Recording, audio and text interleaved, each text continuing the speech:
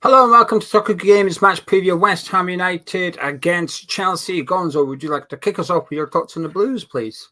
Yeah, they're a strange club. There's absolutely no doubt about it. It's they've had so many changes of direction. It's absolutely ridiculous, really. I wonder if they're now going to start to get an identity. I think if you'd have asked me up until maybe now, I wouldn't have been able to tell you what their identity was. I think Todd Boehly coming in was was an opportunistic situation for him. Well, very different to Abramovich. See, when Abramovich came in at Chelsea, there was this story that was doing the rounds that Abramovich had watched Real Madrid play Manchester United because he'd been going to football matches and he watched it and he'd basically been immersing himself in football. And it was that game. I think Ronaldo, the fat one, not the Portuguese one, he was brilliant that night. It was absolutely fantastic. And he had such a great game that it convinced Abramovich, right, that's it, I'm going to buy a football club. I think the point is there was no doubt Abramovich was steeped in football. He knew about football. He wanted football. He knew what he wanted to do. He had clarity of vision, even though it was a case of, apparently he flew over London. He went, I want that club down there. But he knew his football. He wanted football. I think when Boehly came in, I think he knew nothing about football at all. And I think he had this scattergun approach, which whilst he might have been able to bend the rules financially very well, actually, did he know what he wanted from a coach? Did he know what he wanted from an infrastructure of his club? Did he know what he wanted players? No, I think that's no. So I think you've been on this huge learning curve. And I think right now, I'm now thinking, right, okay, more or less he wants young, vibrant players who are going to improve. This is the way he's going. So I think we're starting to see the kernels of of an idea and an identity, if you want. I'm not so sure, just because I just don't trust that guy. I don't need to, but I just wouldn't trust that guy as far as I could throw him to some extent, because even if they were to start to implement an identity on the pitch, I think off the pitch, the culture, the ethos, the direction of the club just feels so changes very quickly, and you don't know what's going on. And if you go 2 or 3 weeks without Chelsea being the main headlines in the news, that's quite long. Whereas other clubs can go 3 or 4 months without being in the news, and that's normal for them. But with Chelsea, it's like almost every week there's something going on. Now that has died down a little bit since, but even in pre-season, Maresca was, to be fair, I think he's possibly what they needed in that sort of tough manager that comes in and says, no, I don't want Ben Chilwell. You get him out the first team training, and you just get him out the club. Raheem Sterling, get him out the club. I'm not going to use him, so just get rid of him. Whereas I think previously, maybe they'd been guilty of just hoarding too many players and trying to keep too many players happy. It wasn't working, and it was almost like lots of great individual talent, but not a team. Yeah. And I think sometimes to get that mold, to bring that team together, I think possibly he's done the first bit, which is arguably the hardest one, which is involving being ruthless and culling players that you just don't want in, right? Just get him, what Arteta did. Yeah, get them out get them out the club. I'm not going to, and if they are at the club, I'm still probably not going to use them. I'm not even going to include them in first team training. They're not going to be registered in certain competitions. So let's get them. I'm going to work with this 24, 25 senior players. I'm going to make a team out of this. So I think maybe in regards to on the pitch, perhaps they've done the first step. But because of the guy off it, I struggle to believe that Maresca will be given the opportunity to, put it this way, am I confident Maresca will be at Chelsea this time next year? No. And that's nothing to do with the manager. That's to do with the club as a whole. And I just think this is a club, Gonzo, that's got the least stability in the country. But in terms of money and everything else they've got available, this should actually be one of the most stable clubs in the country. Yeah. I mean, look, there's no doubt about that at all. And everything you said's, totally true. I do. They are. It's easy to say they're a basket case of a club, and I think because they have got that about them, they really do. But I do think they have been under massive upheaval, and they really did. I can't stress enough. I think after Abramovich, they really needed someone with clarity of vision to come in, and they've not got that. And I agree with everything you say. By the way, I do think the moment it doesn't go well, that actually he could try and implement a new philosophy. I absolutely. So I just think that right now I'm seeing an identity. But you're right, it can go out, and not only could it could be the manager, it could be the director of football. They can all go. They can all go, and it never ceases to amaze me quite how much money people have got to waste on football. I thought possibly we'd seen the last of it with Abramovich, and I know the rules don't allow you to do so, but I mean, this guy, even though the rules probably prohibit the wasting of money, this guy seems to have found ways to waste more money. You know, and I had yet to be convinced that it's to the benefit of the club, as you've seen with what's his name? Is it Mudryk? Is that his name? They're looking to try. Maresca said he might want to get rid of him now. So, what was he 70 million on a 50-year contract or something? It's hemorrhage, just hemorrhaging money. Yeah, to be fair, one thing, while I've just gone in 2-footed on him a little bit, the one thing I will just say that I did like, and I don't think many people have, is the fact that he continued to find loopholes in the financial ruling of the Premier League, because when Newcastle came along and got bought over, it felt a little bit like, quick, right, let's get rid of all the loopholes and let's prevent them from being able to spend their own money. And it felt like Boehly kept getting one up on the Premier League, and he was almost 2 steps ahead of the Premier League. It was like, well, I'll start bringing in players on 7-year contracts and spreading it over 7 years. Stick your FFPs. All right, we're going to stop that. Maximum 5-year. All right, fine, I'm going to sell a hotel to another one of my companies and I'll use that money. All right, okay, now we're going to try and prevent that from happening in the future as well. And I actually think anyone that can sort of stick 2 fingers up to the Premier League, good on them, because I don't like the way they're going about things. So when somebody gets one over on the association, good. And I think that's what Boehly has done. So I don't think he spent his money well. No. He's found the loopholes, and I think he's wasted them. Yeah. However, I sort of admire what he's done a little bit just to give one back and also show the way for other clubs. And they were one of the players in the summer when it came to sort of buying academy graduates at inflated prices from each other, that Chelsea were involved in that. And I think, do you know what? Good. You found a way of beating the system, do it. And it's just the other clubs like West Ham. I think now and again you could look at what Boehly's doing and think, we'll have a little bit of that. Actually, he's showing us how to pump more money into the club. Your money, but cook the books essentially. So it's all above board, it's all within the rules, but this is how you can inflate what you're allowed to spend in regards to PSR. And I don't know, there's a bit of me that just admires that. But because of all the uncertainty, Gonzo, is it then difficult to know what to expect from Chelsea? When we do these videos, I'll say to you, what are you expecting from this team this season? And it's easy for some. Man City will win the title. Arsenal challenge for the title. Crystal Palace, Fulham, mid-table. Maybe European football, if they have a really exceptional season. But when it comes to Chelsea, it just feels a little bit, I don't know. I would actually go slightly opposite to that. Actually, I have never been more certain that a team must win a trophy than Chelsea and the Conference League this season. People would suggest that Arteta has to win the Premier League. Well, it would be nice, but if he doesn't, people can see what he's doing. He's still building something there, and maybe next season he gets a striker and he can go next season. There'll be no hair trigger response from the Arsenal board with regard to Arteta. Maybe Real Madrid have got to win the Champions League again. Already, we can go through and we can talk about what should do. I will tell you right now, they must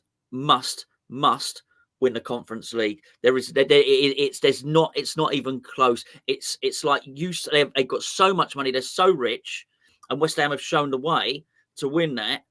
It is like Usain Bolt running in the dad's race at Sports Day. They must win. There is no. There's no quarterfinal stuff going on there. It would be something catastrophic, like the club is going to fail. But this is honestly, it'd be like dropping Man U down into the Bristol Street Motors Trophy and them not winning it. This they need to bloody win, and I'll tell you that now. So I'm very certain what they should be doing this season. Absolutely. I'm quite inclined to agree with that, actually. I always say any Premier League club in this competition should be going on and winning it, but especially Chelsea. So much so that they've not included Cole Palmer in the Conference League squad. Have they not? Okay. No, because it makes sense. I think they've done the right thing because they don't need him in the group stage. And then between the group stage and knockout stage, you can make 3 changes to your squad. Well, we'll just include him then. Yeah. So we're not going to play him during the groups. We're going to leave him in London, rest up. We'll let the rest of them play the group stages, and then we'll draft him in, because Cole Palmer's season, and this is, footballers are getting a lot of attention at the minute because of a few of them, like Bernardo Silva, but in particular recently, Rodri's opened his mouth about the amount of games that professional footballers are now playing. Cole Palmer's season will finish in July. His new season starts in August. So that's why Chelsea are sort of looking after him a little bit, because they know he's got a full 12 months of football coming up, and then his season starts again literally a few weeks later. So it is difficult for some clubs and players, and Chelsea in particular with Cole Palmer. Last question on well, let's just a bit of fun then. What do you think they'll do? I'm going to say I think they'll win the Conference League, Gonzo. I don't think they'll win a domestic cup, and I'll go for 7th in the Premier League. Okay, I'll have to say I'll just go with 5th, and the Conference League. I think they will win it. I wasn't trying to be mischievous. They are so much better than it's a frightening array of talent at their disposal. I watched them play against Bournemouth before doing this video. As I always do, I spent 5 minutes checking the squad. It's frightening. So yeah, I think they've got some really, really good players. And by the way, I think they've got a good manager as well. Just quickly, players you admire. Just so many of them. I tell you what. I was surprised. I thought Toysin was very good against Bournemouth. By the way, Sancho looked great when he came on. I thought, okay, well, I've not seen this version of him. Granted, I didn't see him when he went on loan to Germany last season, but I thought, well, I've not seen this since his first stint at Dortmund. He looked like the player Man United thought they were getting.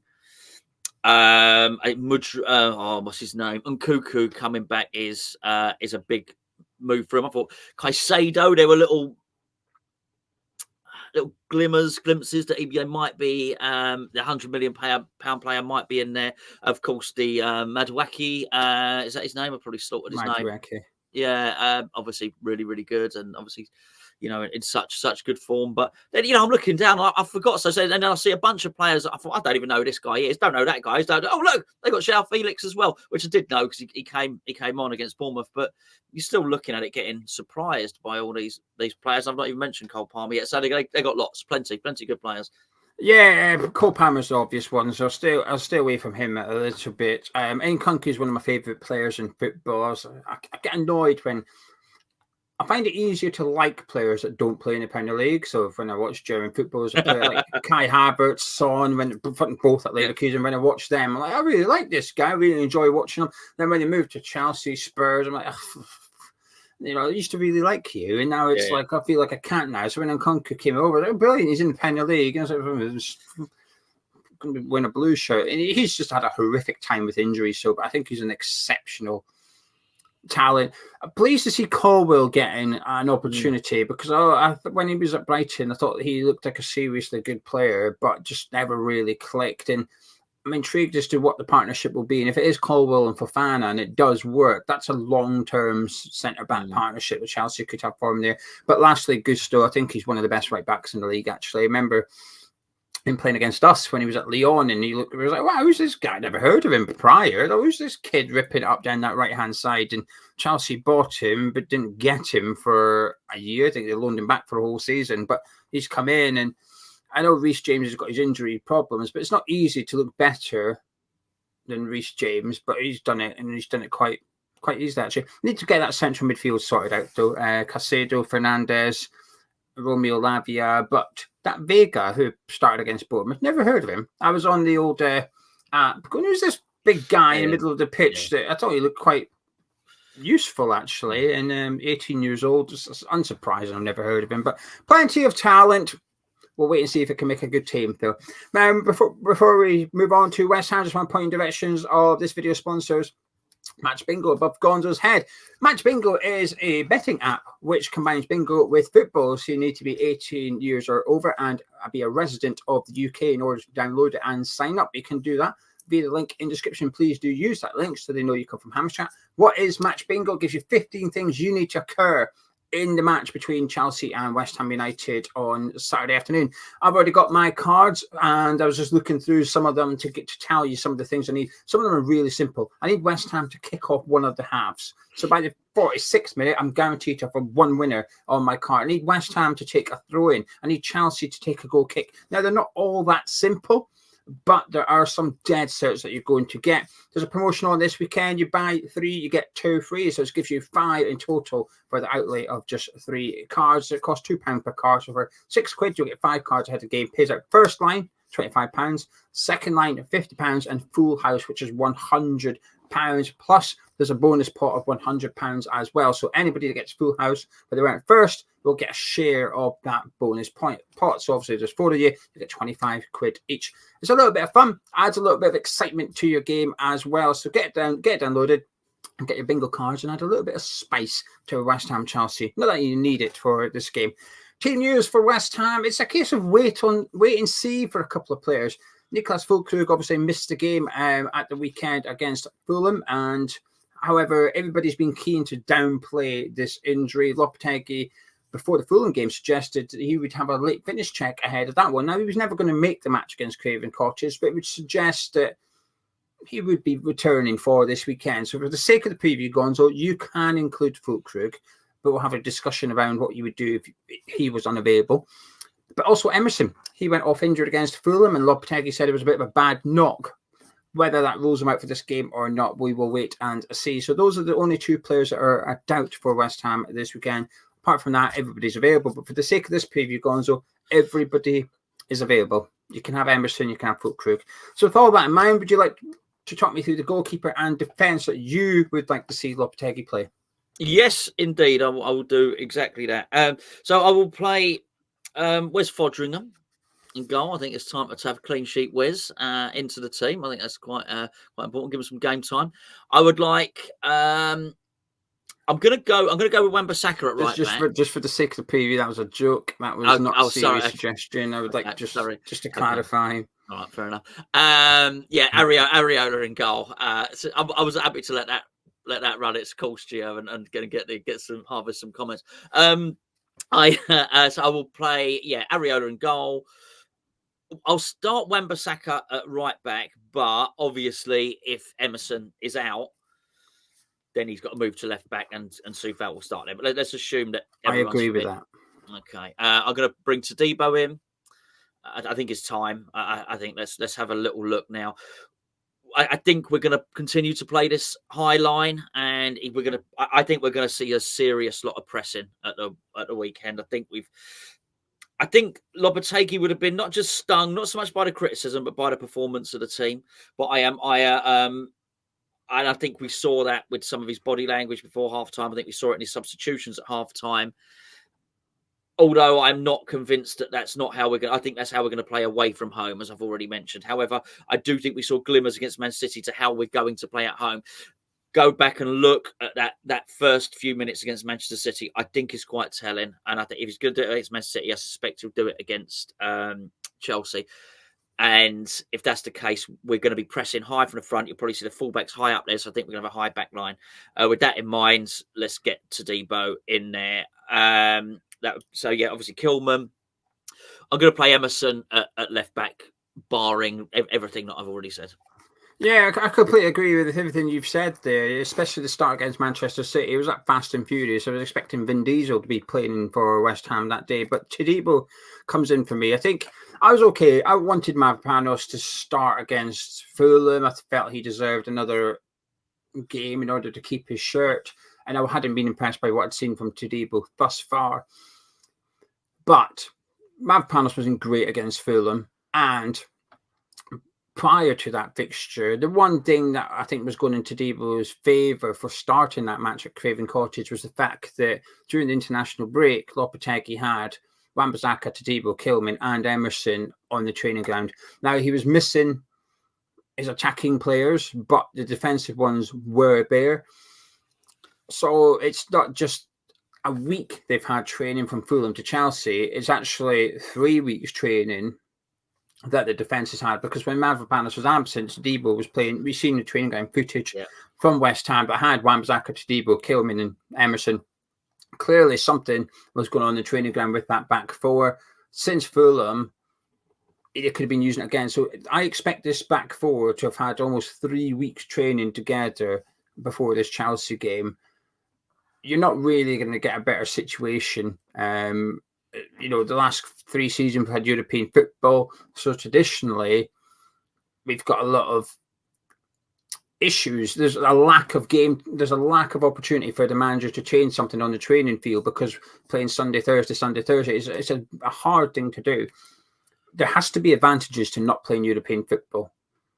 And the biggest one is time on the training pitch. And then you take into consideration, we don't even leave London for another month.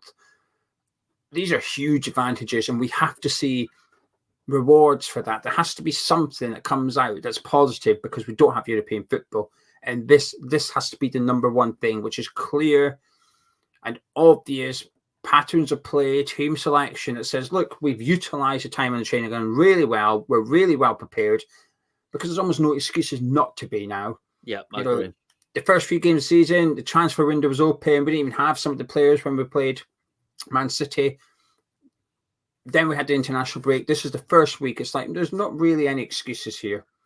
The team should be ready to rock and roll on Saturday, and that's the back five I'd like to see. Moving into midfield, I think we're going to pick the same team here, maybe barring that striker, but moving into midfield.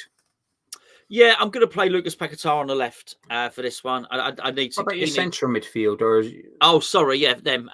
Yeah, I'm going to play Rodriguez and Alvarez in there. I agree, because I'm going to do something a little bit funky up front, and I think that the team's probably going to need that solidity. I think Lopetegui's going to need that solidity, but I do think 2 holding midfielders and a defence is cautious enough.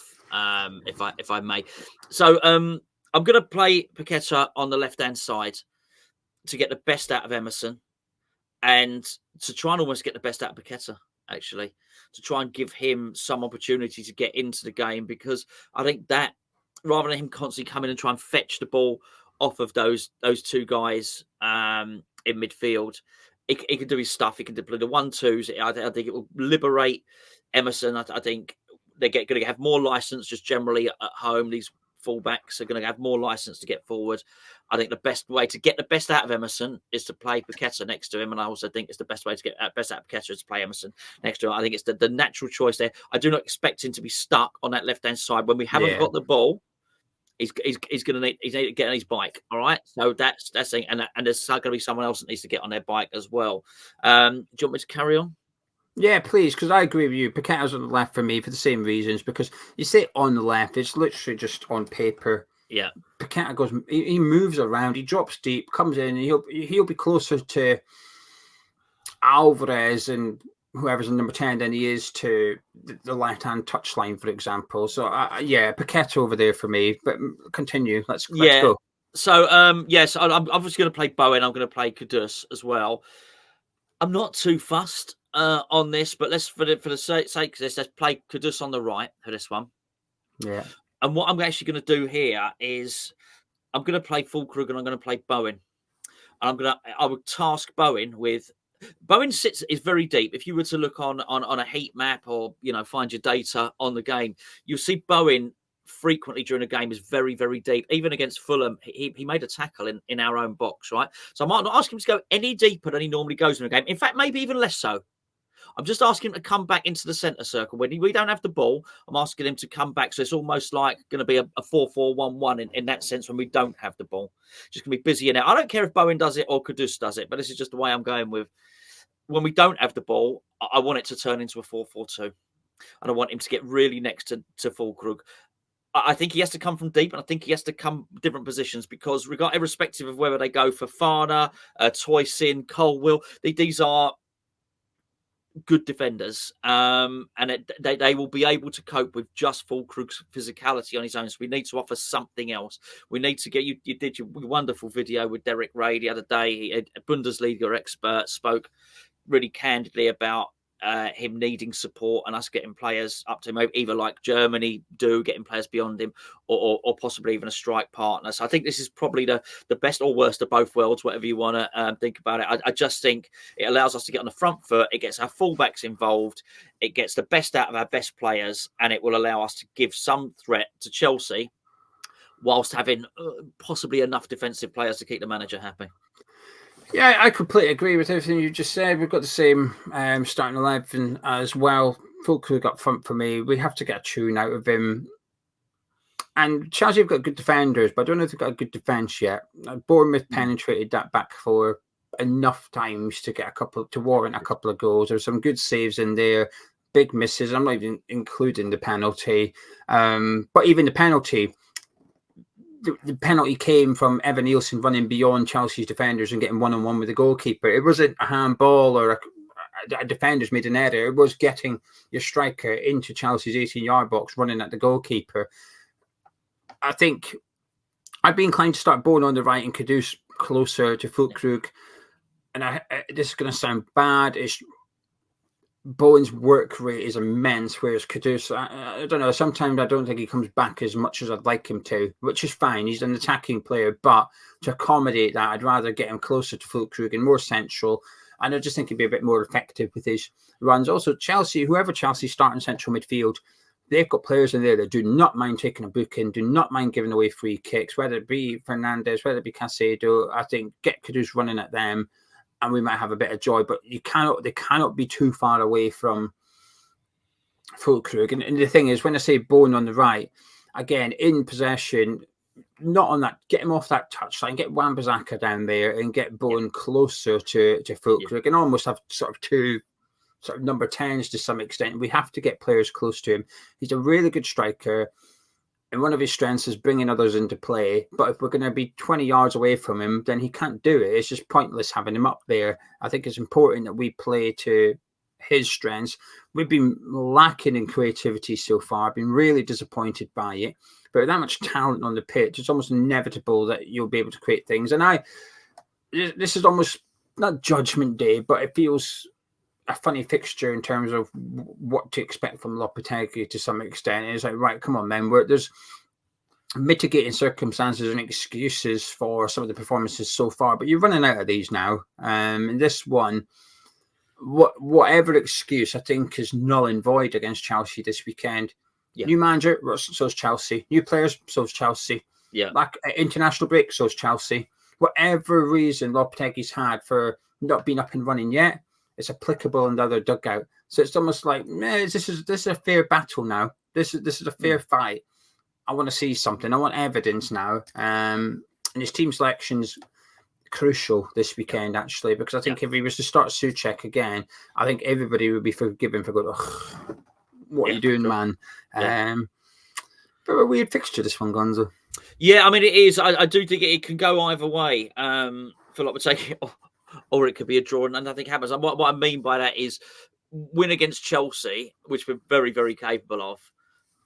And it looks that the two away, the draw and the win away from home look really good. In Premier League terms, they look really good. And you think, hold on a second. Okay, we took the loss against Manchester City, but you can almost spin it. It's not spin, it's a fair reflection. We played well at times against Manchester City. We've just beaten Chelsea. We've got good away results, not performances, but that's how he wants to play. And we got through in a cup. I think you can very quickly say, hold on, this is not bad here. This is now we're seeing something. We're going in the right direction. The other direction is that if he repeats the mistakes again of, as you say, WHUCHE and Antonio or something akin to that, and we lose, then it goes the other way. Because you would start to worry. Then you think, oh my goodness, hold on, he's doing stuff here that's not working, and he's continuing to do it. So then you would start to worry. I do think it's a very big game for him, actually, but not for the reasons, not these jobs under pressure or anything like that. We need to, we need to see the makings of something happening. And I think certainly when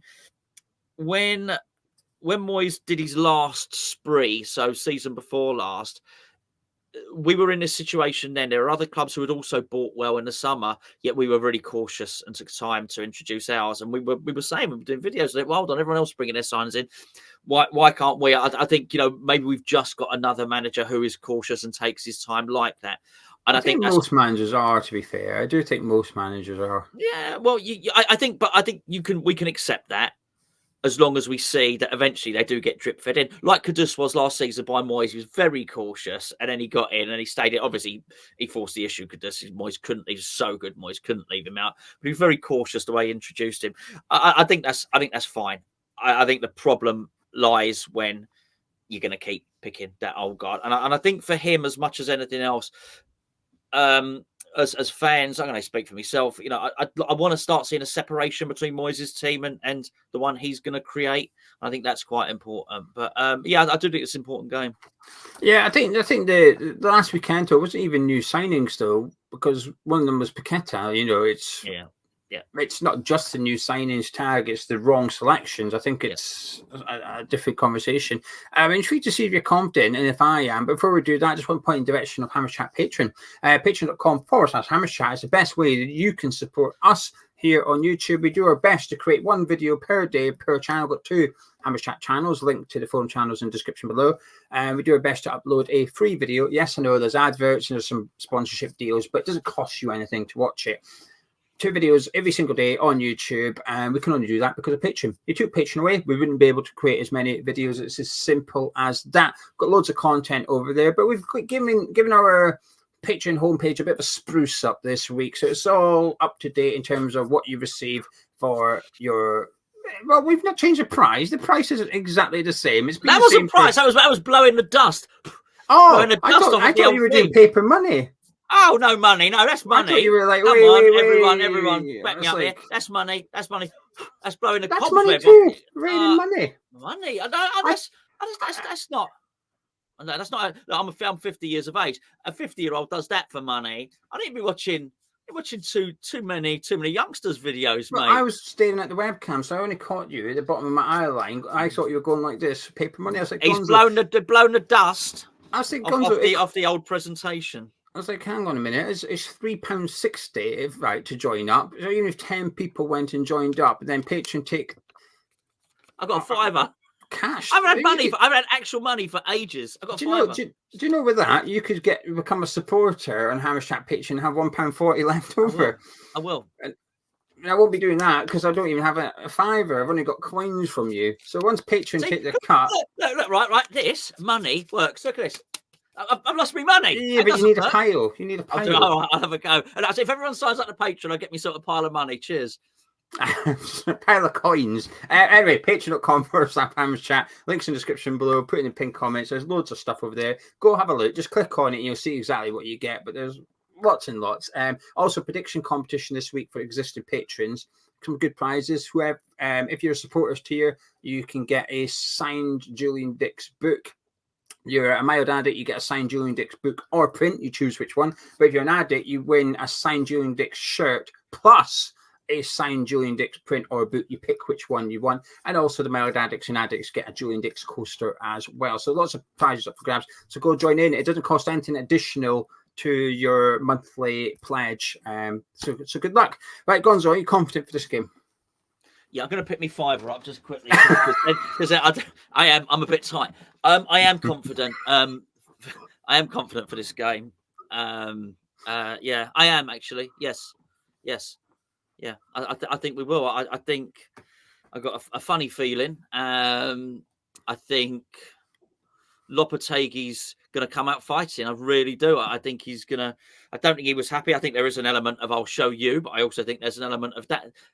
That's not what I wanted to see. More for him, but thinking he was going to see something different with that starting lineup. But he changed it. I think it didn't metamorphosize after the change, but there was enough there. And I really do think the injury to Emerson sort of pulled the rug out from underneath him a little bit, because we started to see a little bit of a chemistry down that side with Somerville there as well. So I think he's going to want us to attack, and I think we are going to attack. I think you're absolutely spot on with the Bournemouth thing, by the way. Chelsea were really good in the second half, but that they could have been a couple of goals and should have been a couple of goals down in that first half. And I thought Bournemouth were, whilst Chelsea had the majority of the possession, I thought Bournemouth could hurt them. And I think if we get our players right, we got some amazing footballers. We really do. These guys, Mohamed Kudus, Aaron Wan-Bissaka, Lucas Paqeuta, Jared Bowen. These guys are incredible. And I am adamant that Alvarez is going to be even better than he was. And I thought he was good last week. There was a lot of things to be miserable about last week, right? And I've been miserable about most of them. But Alvarez was very, very good. Very good. And I think he's going to be even better this week. So I think if you get that defence, hopefully keep improving, cut the individual mistakes out. They're going to be tough. They're going to be tough. But I've seen us beat Chelsea many, many times. And we've got a good record over them. Yeah, I don't fear them. So, I actually think we're going to win. I think they've only won one of the last 7 visits to our place. And I'm a bit hypocritical here because I've been dismissing the whole, let's compare this season's results to last season's. But as I always say, I think there's the more data, the better. And I think there's bogey teams and stuff in football. But when a team's only won once in 7 visits, that's substantial. Am I confident? I'm very optimistic. I'm very hopeful because I think it depends on their lineup as much as it does on ours as well. Lopetegui has to get it right, but also Maresca can get it wrong, which will also play into our hands. I think Bournemouth almost gave a case study to various teams as to how to mark Cole Palmer out the game completely. He did nothing against Bournemouth, and there was a little bit of mischievous dark art football going on by Bournemouth that Christie and Cook and Kerkers were all taking in turns to kick Cole Palmer and foul him. However, it worked. He did nothing. He got moved out to the right-hand side late on in the game when João Felix came in, and he did nothing out on the right-hand side either. Arguably, that's the wrong thing to do because Bournemouth's 2 central midfielders got booked, so that he took him away from them and put him up against Kerkers, who was yet to be booked. So it was a bit of a strange decision, that one. But what Bournemouth did was say, this is how you stop Cole Palmer. And if you stop Cole Palmer, you've got half a chance against Chelsea. They're not quite a one-man team, but sometimes they have been a little bit. They've got one sort of world-class talent and some very good players that could be world-class, but not performing at that level just yet. So I'm optimistic because I think the halftime substitution was an admission of, I got this wrong. So to go repeat the same mistake would be a very stupid thing to do. And I think it's unlikely he will do. I'd be shocked if he was to play Souček and Antonio again this weekend. But I was encouraged by what we did against Manchester City. And previously, Lopetegui's home records are stronger than his away records. So I'm hopeful. If this was at Stamford Bridge, I'd be singing a different tune. But it's not. It's at the London Stadium. Can I get any final words? And your score prediction, please. Yeah, I suspect, just from what I saw against Bournemouth, I suspect Sancho will start. If he starts and he starts on the left, I've got to tell you, I'm really looking forward to a bit of Sancho Wan-Bissaka action. I think that could be a really, really good duel. That I'm particularly looking forward to. We've got Anthony Joshua and of course Daniel Dubois later on, which should be another interesting duel. So it's a shame. I would have liked to have gone to both. I'd like to have gone to London Stadium and then gone to Wembley, but I couldn't get tickets. But so we're going home to watch that. But I'm interested. I'm very, very interested to watch what happens in this one. I am confident. I think we'll get the blend right. I think we'll close the game down, and I think we'll pose enough attacking threat. He knows the value of making that stadium noisy, which I think was what was part of what was going on against Man City. It's just they're so good, and Haaland and all that stuff. I think it was just hard to. I don't think Chelsea can control the game in the way Man City can. So I'm not sure you get the swing of momentum as quickly as you did against Man City. I think we're going to win 2-1. 2-1 for me as well. We both predicted the same score last week, and we were correct. We were, weren't we? Yeah. Yeah, I've been correct the last two. Man City and Fulham have been correct with my predictions. So I'm hoping that this is third time lucky because I'm going to 2-1 West Ham. I'll put a fiver on it. Yeah, get that out of your pocket and get that on. Thank you very much for tuning in. If you've enjoyed the preview, please do drop a like on it by clicking thumbs up. Subscribe to Hammers Chat, and if you fancy supporting us with your £3.60 per month, go to patreon.com/Hammers Chat. Links in the description below. Thank you very much. Myself and Gonzo. Catch you in a bit.